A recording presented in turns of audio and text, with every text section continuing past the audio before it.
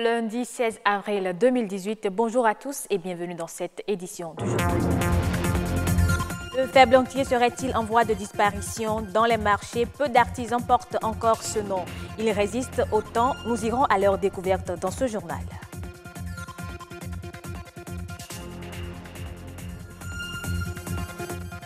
Accessoire incontournable de l'élégance et de la beauté des femmes, la chaussure haut talon. Escarpins, talons, aiguilles ou compensés, la gamme est variée. Mais en la matière, beauté ne rime pas avec santé. Et puis, entre tenues locales et vêtements importés, le béninois est souvent partagé. Il est parfois difficile de trouver le juste milieu. Pourtant, plus qu'un plaisir, la tenue locale est une identité.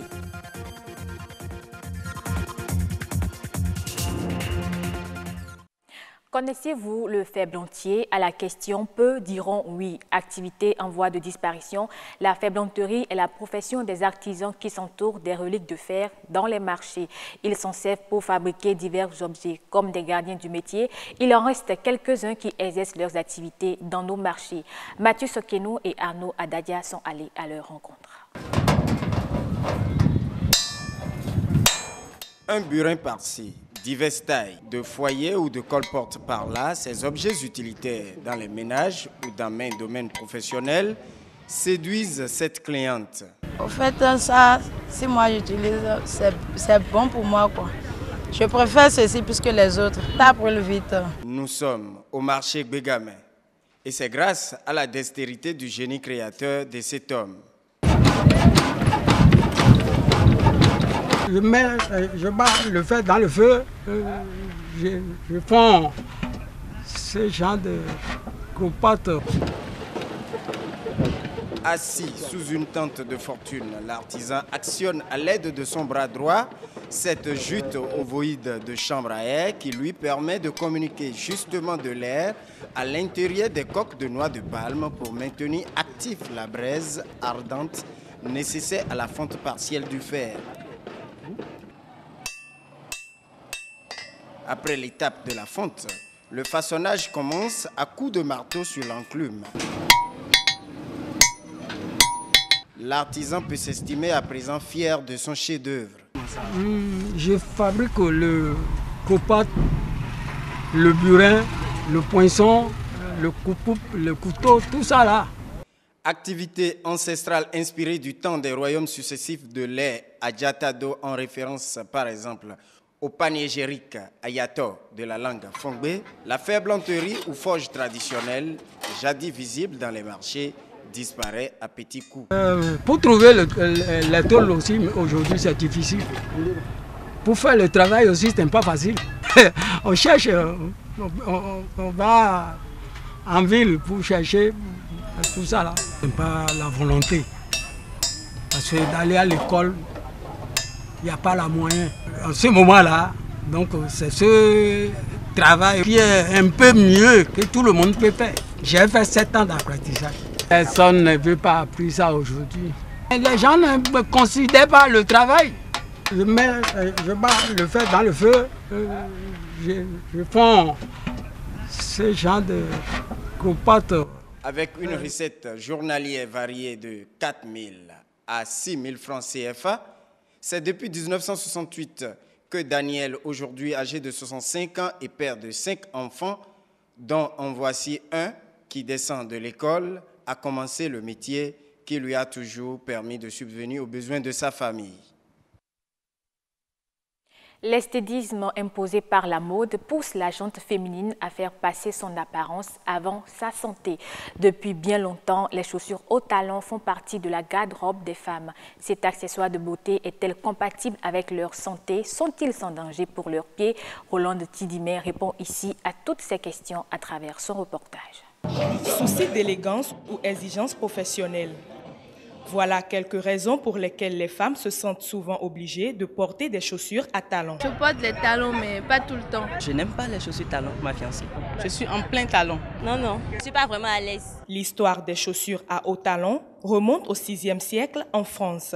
Pour éviter la boue et les saletés, Catherine de Médicis, femme du roi Henri II, aurait fait appel au service d'un cordonnier pour lui confectionner une paire de hauts talons. Depuis lors, elles sont entrées dans les habitudes de plusieurs femmes. Il en existe même de plusieurs types. Nous avons plusieurs sortes de chaussures à talons. Nous avons des talons compensés, des talons effilés. Nous avons des talons simples et nous avons des chaussures compensées même. Les chaussures à talons se différencient des chaussures plates par une hauteur qui modifie la démarche et le pied. La femme, lorsque elle porte les chaussures au talon, c'est-à-dire que le poids du corps n'est plus bien réparti en réalité. Ce n'est pas uniformément réparti comme cela se doit. Le centre de gravité est dévié. Le poids du corps a tendance à être projeté vers l'avant. Et il faut que la femme réajuste sa posture pour pouvoir s'adapter à son nouvel équilibre. La posture habituelle au niveau de la hanche est modifiée. Et cela aussi, ça peut générer des douleurs, des tendinopathies et autres. Maintenant, au niveau de la colonne proprement dite, c'est l'exagération de la cambrure qui va provoquer des douleurs du bas du dos. Les genoux, la hanche et la colonne vertébrale sont entre autres les parties les plus exposées au risque. Nous avons donc les affections qui sont liées aux orteils. On peut avoir soit des déformations. Les déformations dont entre autres ce qu'on appelle l'orteil en marteau. C'est-à-dire c'est l'orteil qui devient crochu. C'est-à-dire que pour s'ancrer dans la chaussure pour pouvoir retrouver son équilibre. Selon le médecin rhumatologue, les risques varient en fonction de la longueur et de la forme des talons. Mais il existe des astuces pour se préserver. Il faut savoir choisir en fonction de sa morphologie. Idéalement, les chaussures recommandées, les talons ne devraient pas dépasser 3-4 cm. Lorsque vous êtes amené à porter des chaussures au talon, il faudra trouver des moyens pour fréquemment changer. Les chaussures à talons hauts apportent une touche d'élégance, de glamour et de classe à la femme. En faire un usage modéré serait également bon pour la santé. S'habiller traditionnellement et localement, loin du plaisir qu'on y trouve, reste révélateur de notre identité culturelle. Mais le béninois reste partagé entre le consommant local et le style vestimentaire importé. Reportage Bernardin Sogloron, Dieudonné Abimbola. Lui, c'est Charles, rencontré à Dioké, un quartier de Cotonou. La tenue traditionnelle boba brodé est son style préféré. Parce que boba là, c'est un bon roi. C'est un bon. Si tu as porté là, tu es comme personne quoi. Mon style vestimentaire, mon identité culturelle. Mais des Béninois restent partagés entre le local et la mode importée. Il y en a qui s'habillent typiquement comme des Béninois, c'est-à-dire dans notre tenue vestimentaire, de par laquelle on peut quand même nous remarquer. Et puis il y a ceux qui sont toujours dans des vestes ou dans des chemises tout le temps, comme vous le savez, qui ont le visage extraverti. Corinne Bocon, on l'appelle. Elle est styliste de formation et créatrice de mode. Pour elle, préserver son identité culturelle, d'accord, mais il faut aussi s'adapter à la tendance du temps. Aujourd'hui, les femmes travaillent, les hommes travaillent. On est dans une vie, un monde où on est dynamique, on doit être opérationnel, on doit avoir des tenues confortables pour pouvoir travailler. Et c'est ça la modernité. Il faut s'adapter à son temps, à son rythme de vie et avoir des tenues qui correspondent. Toujours à Cotonou, nous nous sommes rendus dans cet atelier de couture et de broderie. Objectif, comprendre l'attachement des Béninois à se faire coudre le local. Le maître des lieux explique. Il n'y a pas d'argent à cause de ça, les gens maintenant là.